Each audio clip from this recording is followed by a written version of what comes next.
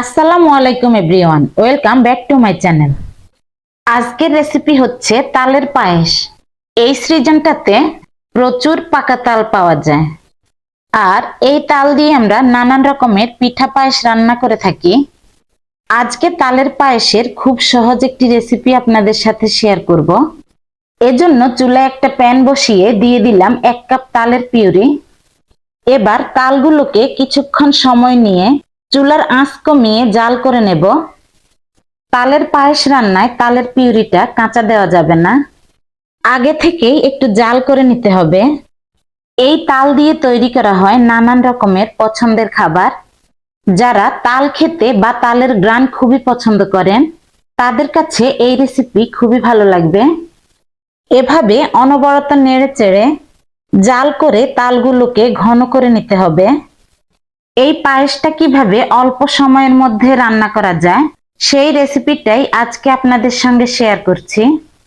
আশা করছি আপনাদের সবার কাছে খুবই ভালো লাগবে। ভালো লাগলে অবশ্যই বাসায় ট্রাই করে কমেন্টসের মাধ্যমে লিখে জানাবেন। অন্যদিকে প্যানের মধ্যে 2 টেবিল চামচ ঘি দিয়ে সাথে দিয়ে দিলাম 1/4 কাপ সুজি। এখন অল্প আঁচে 5 মিনিট সময় ধরে সুজিগুলোকে ভেজে নিতে হবে। সুজিগুলো ভেজে নেওয়া হয়ে গেলে দিয়ে দিচ্ছি 1 কাপ পরিমাণে কোরা নারকেল। নারকেলটাকে সুজির সাথে ভালোভাবে মিশিয়ে নিতে হবে। এই পায়েসটি তৈরি করা খুবই সহজ আর খেতে হয় ভীষণ মজাদার। আপনারা অবশ্যই ভিডিওটি শুরু থেকে শেষ পর্যন্ত দেখবেন। তো এখন দিয়ে দিচ্ছি 3টা এলাচ। এতে করে পায়েস থেকে খুব সুন্দর একটা ফ্লেভার আসবে।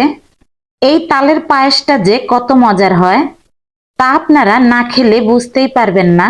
এখন দিয়ে দিচ্ছি 3 টেবিল চামচ চিনি। চাইলে আপনারা চিনির পরিমাণটা বাড়িয়ে কমিয়ে নিতে পারেন। এখন সুজির সাথে এই চিনিগুলোকে একটু মিশিয়ে নিতে হবে। আর চিনির দানাগুলো যখন গলতে শুরু করবে ঠিক তখনই দিয়ে দেব 1/2 কাপ পরিমাণে পাউডার মিল্ক। পাউডার মিল্ক দেওয়া হয়ে গেলে দিয়ে দিচ্ছি পরিমাণ মতো কিশমিশ।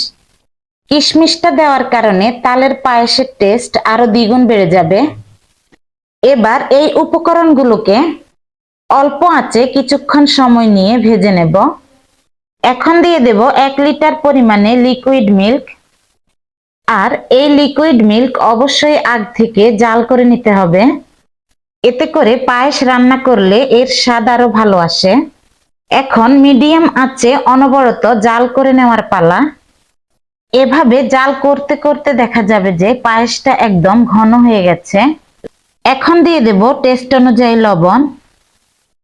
আপনারা মিষ্টির সাথে লবণ পছন্দ না করলে না দিতে পারেন। এই পায়েসের সঙ্গে আপনি যত বেশি মিল্ক ব্যবহার করবেন, আপনার পায়েস তত বেশি মজাদার হবে খেতে। যখন পায়েস রান্নায় ভালোভাবে বলক চলে আসবে, তখন অনবরত নাড়াতে থাকতে হবে। এভাবে জাল করতে করতে দেখা যাবে যে পায়েসটা খুব ঘন হয়ে আসছে। তখনই চুলার আঁচ মিডিয়াম থেকে লোতে রাখতে হবে, না হলে পায়েসগুলো নিচ থেকে লেগে যাওয়ার চান্স থাকবে।